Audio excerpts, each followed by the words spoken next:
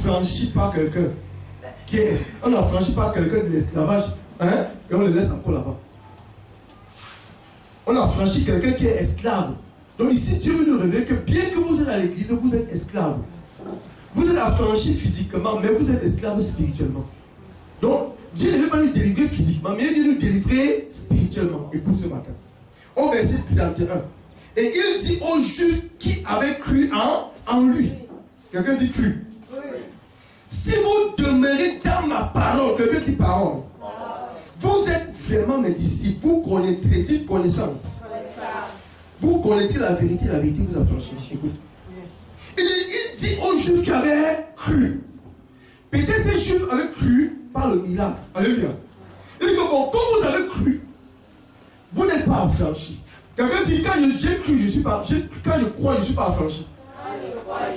Je suis délivré de l'esclavage. Je ne suis pas affranchi de l'esclavage spirituel. Ça, ces Juifs avaient cru. Alléluia. Mais il dit à ces Juifs, quand vous êtes délivrés, parce que vous avez cru. Amen. Je ne sais pas par quoi ils avaient cru.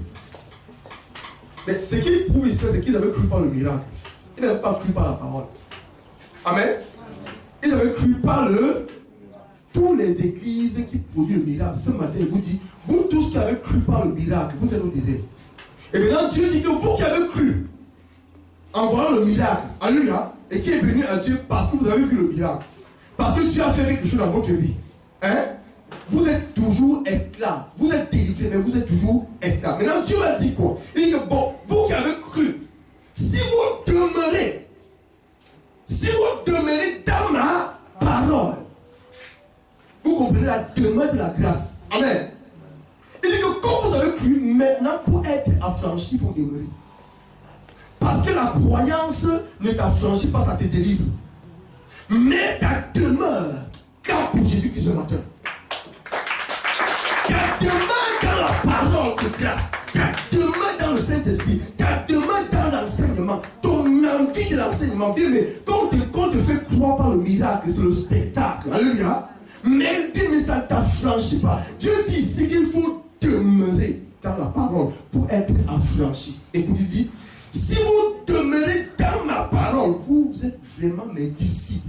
C'est-à-dire que si vous avez cru, alléluia, et vous ne demeurez pas, bien, vous n'êtes pas mes disciples. Vous n'êtes pas mes disciples, bien que vous avez cru. Écoutez bien la parole de Dieu. Écoutez, donc je suis chrétien, je suis né de nouveau, je me vais au ciel. Tu ne pars pas au ciel. Parce que tu ne demeures pas. C'est ceux qui sont morts tous au désert. Ils avaient cru, n'est-ce pas? Ils étaient délivrés, n'est-ce pas? Ils étaient la croyance des délivres de Pharaon. Amen. Du monde. Mais la demeure de Dieu t'a franchi, hein, de Pharaon spirituel. Et t'établit dans la terre de la grâce. Et tous les chrétiens sont dans la croyance. Amen. C'est-à-dire au désert. Ils sont juste délivrés, mais ils ne sont pas affranchis. Alléluia. Vous connaissez maintenant que vous êtes vraiment mes disciples si vous demeurez. Il dit, vous connaissez maintenant, voilà une autre chose. Il dit que c'est parce que tu as demeuré que tu as franchi. Maintenant, quand tu vas demeurer, il y a quelque chose que tu vas connaître. Quelqu'un dit connaissance. Bien, mais la connaissance ne vient pas d'enseignement. Amen. La connaissance ne vient pas par les miracles. Acclame pour Jésus-Christ. Donc c'est la demeure qui t'enseigne, qui te fait connaître. Ce n'est pas les miracles ou les prophéties qui te fait connaître. On te donne les prophéties, alléluia. Ce n'est pas une connaissance, mais c'est la demeure dans la parole. L'amour de la parole de Dieu. Alléluia. Qui permet que tu demeures dans la parole de Dieu. Et quand je parle de parole, je ne parle pas de Bible. Alléluia. Tu demeures dans une église où le Saint-Esprit agit, où l'enseignement de Dieu est. Amen. Parce que c'est l'Esprit de Dieu en l'homme de Dieu qui enseigne la Bible. Tout le monde a cette Bible qui est la parole de Dieu, mais tout le monde n'a pas l'Esprit de Dieu qui enseigne la Bible. C'est encore un discernement que vous devez faire. Parce que il t'enseigne avec l'esprit qu'il a enseigné pour qu'il t'enseigne. Celui qui l'a enseigné, la forme de celui qui l'a enseigné. Alléluia. Même si tu prêches la Bible, il ne va pas te donner la forme de Jésus-Christ, il va te donner la forme de celui qui l'a enseigné. Si c'est le diable qui l'a enseigné, il va te donner la forme du diable. En te prêchant la Bible, il te donne la forme du diable. Alléluia. Si son père était corrompu, si c'était les gens qui disent que venez donner 100 000 ici pour recevoir cette grâce, c'est ça que tu vas recevoir. On ne vend pas la grâce, on ne vend pas la terre promise. C'est gratuit pour ceux qui demeurent à cela pour Jésus-Christ. Et on vient vendre ça à l'église. La grâce de Dieu n'est pas vendable. La grâce de Dieu est gratuite. C'est pour délivrer, c'est pour affranchir ceux qui étaient en esclavage. Dieu ne peut pas affranchir les enfants d'Israël en Égypte. Alléluia. Il les a délivrés par qui? Par Moïse. C'est-à-dire par le miracle. Parce que s'il ne voyait pas le miracle, il devait quitter l'Égypte. Moïse ne parlait que de la bêtise. Les autres Dieu qui ont fait le miracle, oui, Dieu les a affranchis, Dieu les a délivrés. Maintenant, Dieu a entré dans une autre phase. Alléluia. Dieu les a délivrés par ces hommes de Dieu là. Alléluia. Qui ont fait beaucoup de miracles sur la terre. Alléluia. Dieu a délivré beaucoup de chrétiens. Mais ces chrétiens ne sont pas affranchis. Maintenant, Dieu a programmé une nouvelle ère. Hein? Où il va affranchir tous ceux-là qui ont cru et qui sont délivrés du monde. Et qui sont dans l'église et rien ne marche dans leur vie. Comprenez? C'est quelque chose de nouveau qui est arrivé. Alléluia. Et tu es privilégié de comprendre ces choses. Tu es privilégié de manger ce nouveau repas. Ça veut dire que désormais, c'est toi qui vas porter les autres personnes. Dieu ne te fait pas le privilège d'asseoir à sa table de la nouvelle grâce. Amen. Pour que tu sois un spectateur, mais que tu sois un acteur. C'est ta détermination, ta manière de comprendre qui va déterminer le nombre de personnes que tu vas rassembler dans ce monde plus grand. Pour les amener la terre pour lui comme Josué. Parce que tu es le Josué de ta génération. Amen. Quand Dieu va appeler, il va dire que tu vas former. On appellerait ton église l'école des armées de la gloire. L'école des armées. Donc si tu es ici, ça veut dire que tu es un général. Amen. Qui va avoir des soldats. Alléluia. Tu crois? Tu vas te former les généraux. Et là, si tu crois que c'est un jeu, c'est pas un jeu bien aimé. C'est pas un jeu. Tu dois toi-même être affranchi pour pouvoir affranchir les autres. Amen. Amen. Amen. Pas les circonstances ne peuvent pas te stopper. Oh yes. Bible te dit que même la terre d'Anak, les fils d'Anak qui sont dans la terre, ils ne vont pas te stopper. Ils ne peuvent pas stopper Josué. Parce qu'il était plein de la parole. Ça veut dire que les problèmes qui sont dans la terre promise sont plus grands que les problèmes qui sont au désert. Amen. C'est une terre que quand tu entres, il faut être prêt. Alors, viens recevoir la connaissance. Il dit, vous connaîtrez la vérité vous affranchira. La vérité, connaître, il n'a pas dit que vous connaîtrez les miracles. Amen.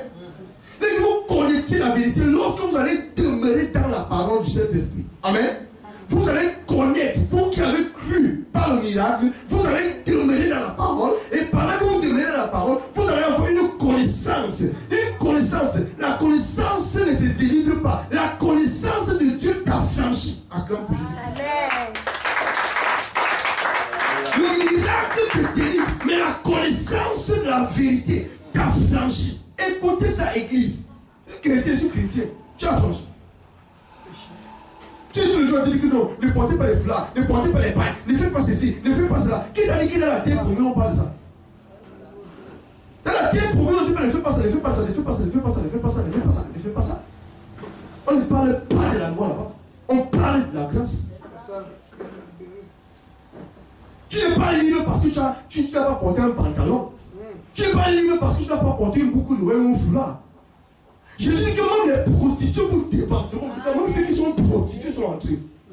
Donc là-bas, on n'interdit rien. Là-bas, ce n'est pas les lignes d'interdiction. Quand tu arrives là-bas, toi-même tu es transformé. Avant, tu ne peux pas être entré là-bas. Tu n'es pas sans être transformé. Tu étais prostituée, quand tu es là-bas, tu deviens seul. Donc ne dis pas que c'est quelque chose de naturel qui va t'empêcher d'entrer là-bas. C'est juste parce que tu n'as pas reçu la connaissance qui te déplace. C'est Dieu qui t'a franchi par la connaissance. Il dit, si vous demeurez dans ma parole, c'est-à-dire dans ma grâce, alléluia, la parole de Dieu est la grâce de Dieu. Amen. Qui est venu sur la terre. Pour faire quoi? Pas pour te délivrer. Dieu ne t'envoie pas la grâce de miracle pour te délivrer, alléluia, de l'Égypte, mais il t'a franchi par sa parole. Et quand tu as franchi par la parole, tu habites maintenant dans la maison de Dieu. Tu es maintenant fils de Dieu. Alléluia. Bien que tu es sur cette terre. Est-ce que tu es encore dans le monde? Non. Qu'est-ce qui t'a fait venir à l'église? C'est un miracle. Alléluia. Alléluia. Vrai ou faux? C'est un miracle qui t'a fait venir à l'église. Mais bien aimé, tu n'es pas affranchi jusqu'à ce qu'on t'enseigne. Tu vois que lorsque tu es à l'église, tout y a avec lis la parole, tu comprends. C'est pas fini. Il faut demeurer. C'est-à-dire qu'il y a une autre dimension qu'il faut connaître pour entrer maintenant dans la liberté totale où tu peux manifester comme un fils de Dieu sur la terre. Amen. Sinon, tu restes au désert, tu continues à pleurer. Oh, j'ai mal à la tête. Oh, les couches de nuit. Oh, les maris de nuit. Oh, ceci. Oh, cela. Tu ne peux que pleurer parce que tu es au désert. Mais quand on arrive à la terre promise, on devient le pourvoyeur. Et pour arriver à la terre promise, ce n'est pas, alléluia, pas la délivrance, mais c'est pas l'affranchissement qui vient par la connaissance de la demeure. La connaissance de quoi? De la demeure. La connaissance de la demeure. Donc c'est la demeure qui t'a franchi. Il dit que si vous demeurez, donc tu ne sors plus, tu demeures. Donc lorsque tu demeures dans la connaissance, donc dans l'enseignement, amen, tu commences à être affranchi. Parce que Dieu va te formater, amen, de ce que Pharaon t'avait instruit, l'esclavage, de les noms que Pharaon t'avait donné, fille ratée, enfant pourri, hein, esclave. Tu ne connais plus l'esclave, tu connais maintenant fils. Tu t'appelles plus esclave, Dieu te donne un nouveau nom. Et c'est ce que tu es maintenant. Ce que Dieu a dit, ce que tu deviens. Mais quand tu arrives au désert, tu continues à dire que les concombres d'Égypte. Vraiment, quand on était en Égypte, Pharaon nous donnait les concombres, il nous donnait les animaux à manger, il nous donnait le sel, il nous donnait, même comme il frottait, mais nous on mangeait quand même. Dieu m'a regardé que merde, ça c'est qui? Donc ta base n'est que la nourriture. Je vais te donner le high level, la dimension de toutes choses. Toi, tu es calé quand le problème de la santé et de la nourriture. Donc ça va hériter Dieu. Amen. Et Dieu va les laisser tous périr au désert. Alléluia. Amen. Donc la connaissance de Dieu est ce que tu as besoin pour être affranchi. C'est pourquoi il dit que je suis en joie. Qu'il pleuve, qu'il neige, les tempêtes font ce qu'il faut. On ne peut pas entrer dans la maison d'un homme fort, prendre quelque chose, on a mis cette personne. Jésus a la connaissance sur la terre, il y avait des problèmes. Hein? Même quand Pilate a arrêté à chiner, il dit que ne sais-tu pas que j'ai le pouvoir de te lier, ou de te délier, de te délivrer, ou de te condamner? Il dit que tu n'auras aucun pouvoir sur moi. Parce qu'il connaît qu'il est dans la maison de la grâce. Et on ne peut pas entrer dans la maison de Dieu et arrêter Jésus qui l'a enchaîné si Dieu ne l'a pas permis. Il sait que ce n'est pas Pilate, c'est Dieu qui veut qu'il accomplisse sa volonté. Donc ça veut dire que quand tu es dans la demeure de la grâce, tout problème autour de toi ne vient pas de Satan, mais c'est Dieu qui permet ça pour t'élever. Acclame pour Jésus. Tes problèmes se convertissent. Tu ne vois plus Satan dans tes problèmes, mais tu vois Dieu qui va accomplir quelque chose par ce problème. Les sauterelles de ma famille, les sorciers de ma famille, les ceci, arrêtons tout ça. Oui. Même quand les Hébreux sortaient de l'Égypte, ils voyaient tout Pharaon derrière. À quel pour tu continues à avoir les sauterelles de ta famille, les sorciers de ta famille, tous ces choses-là. Mais bien, parce que tu as encore disais, quand tu arrives à la grâce, je prends souvent ça, je ne prie pas n'importe quelle prière. Je ne prie pas la prière des incrédules. Je connais là où je suis, je connais là où je demeure. Et la demeure là me donne ma liberté. Je n'ai pas besoin de courir les sorciers, de fuir les sorciers. C'est les sorciers à me fuir. Si quelque chose arrive, je sais que ce n'est pas un sorcier, c'est mon Père qui a permis que ça entre. Amen. Je ne suis pas dans ma maison, je suis dans la maison de mon Père. Et donc, quand tu es serviteur, tu as ta maison. Et ton maître a sa maison. Vrai ou faux? Alléluia. Acclame d'abord pour Jésus-Christ. Tu ne fais pas nous des serviteurs, fais de nous des fils. Un fils n'a pas de maison que la maison de son père. Amen. serviteur a sa maison et son maître a sa maison. Donc un serviteur est autonome. Mais un fils n'est pas autonome. Un fils dépend de son père. Il n'a pas une maison propre à lui. Il n'a pas une demeure propre à lui.